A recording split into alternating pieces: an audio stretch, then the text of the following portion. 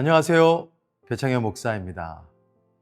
최근 미국에서 새로운 대통령이 선출되면서 미국만이 아니라 전 세계가 술렁이고 있죠. 한 나라의 대통령, 한 사람이 바뀐 것뿐인데 전 세계의 정치, 외교, 경제, 다양한 분야에서 지각 변동이 일어나고 있습니다. 어떤 사업가는 그 대통령을 적극 지지해서 100조 원 이상의 자산이 늘어났다고 하죠. 분명 이 땅에서는 사람의 권력이나 재력이 세상을 움직이는 힘이라고 할 수 있습니다. 그러나 하늘은 다릅니다. 오늘 본문에는 천상으로 초대된 사도 요한이 보좌에 앉으신 하나님을 뵙습니다. 그리고 그의 오른손에는 두루마리가 들려져 있는 것을 보는데요. 특이한 것은 7인으로 봉하여진 두루마리입니다.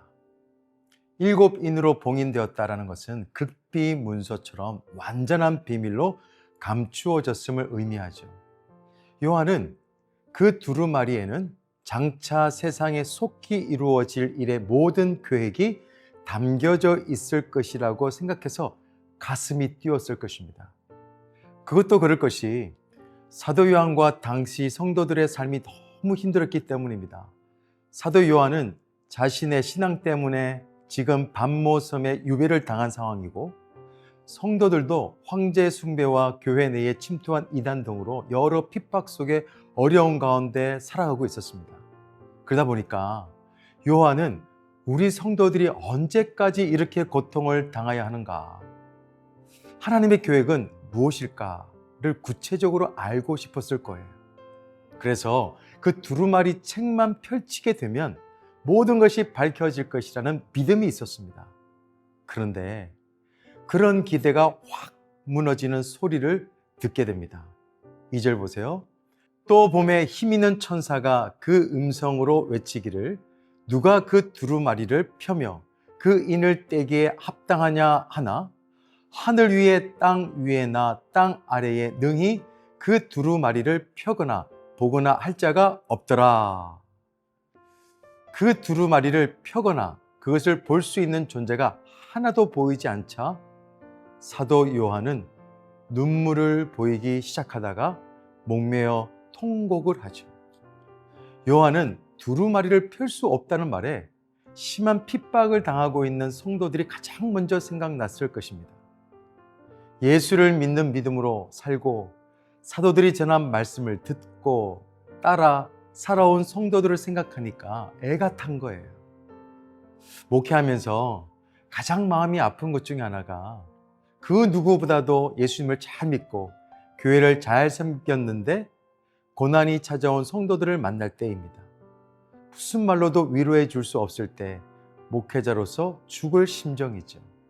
아마 사도 요한도 성도들을 위해서 해줄 수 있는 것이 하나도 없는 자신의 처지로 인해서 더 답답함을 느끼면서 눈물이 났을 것입니다. 그런데요, 찰스 스펄즈 목사님께서 이런 말을 했습니다. 눈물의 기도가 없이는 천국에 들어갈 수가 없다. 눈물의 자리를 건너지 않으면 하나님의 일하심을 경험하기가 어렵습니다. 성경을 보면 하나님의 역사는 눈물이 동반되는 것을 많이 보게 되죠.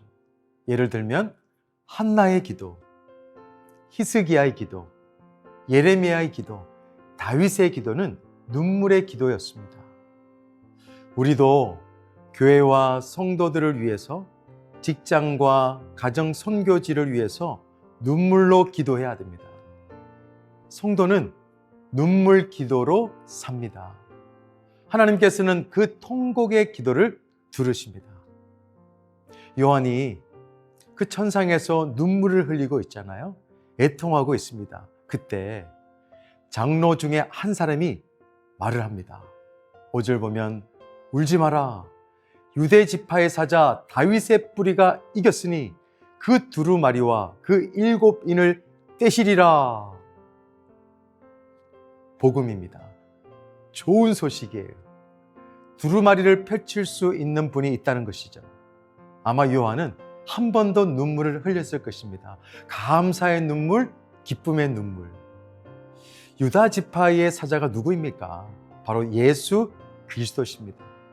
예수 그리스도만이 유일한 구원자시고 소망이 되신다는 것을 알려주고 있습니다. 세상이 사람이나 돈으로 움직이는 것 같지만 실상은 세상을 움직이는 힘은 예수 그리스도께 있음을 믿으시기를 바랍니다. 세상은 스스로 회복되고 온전해질 수 없습니다. 오직 예수 그리스도께만 회복과 구원이 있습니다. 7절, 그 어린 양이 나와와서 보좌에 앉으신 이의 오른손에서 두루마리를 취하시니라. 우리가 예수의 사람으로 살아야 될 이유가 여기에 있습니다. 예수의 사람은 세상의 것이 아니라 오직 구원자 예수로 인해 소망을 가지는 존재입니다.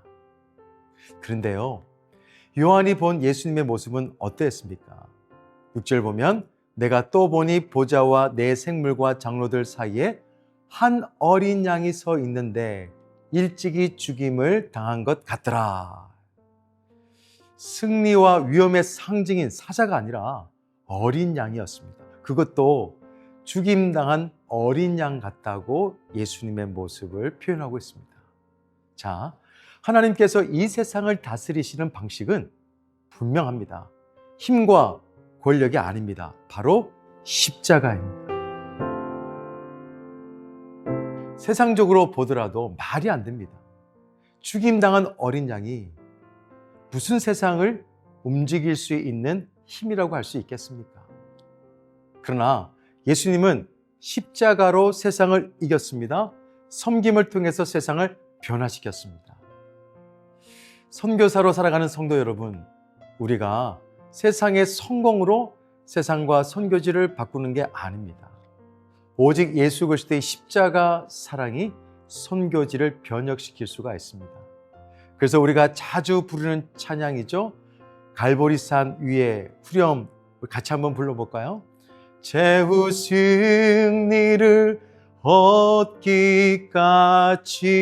얻기까지 주의 십자가 사랑하리. 빛난 멸육관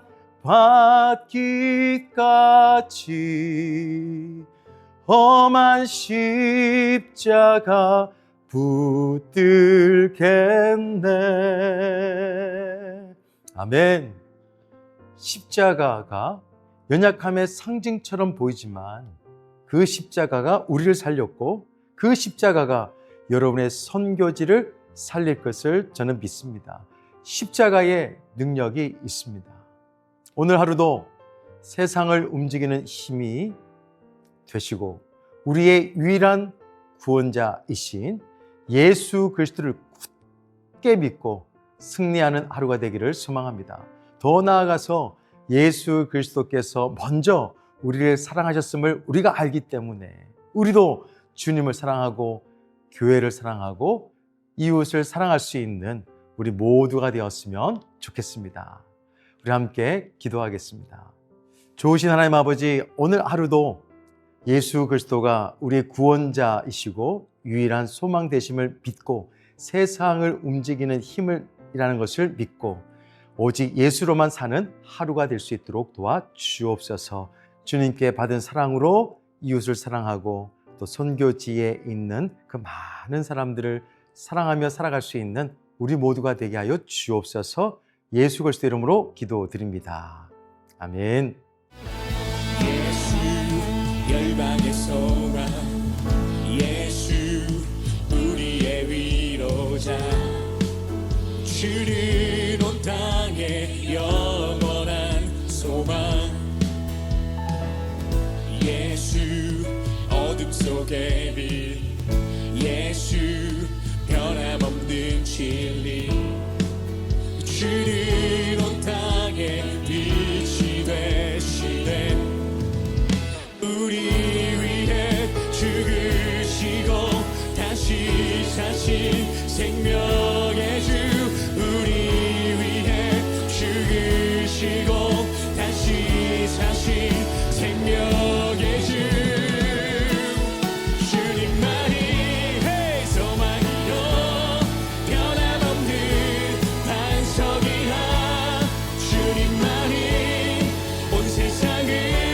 주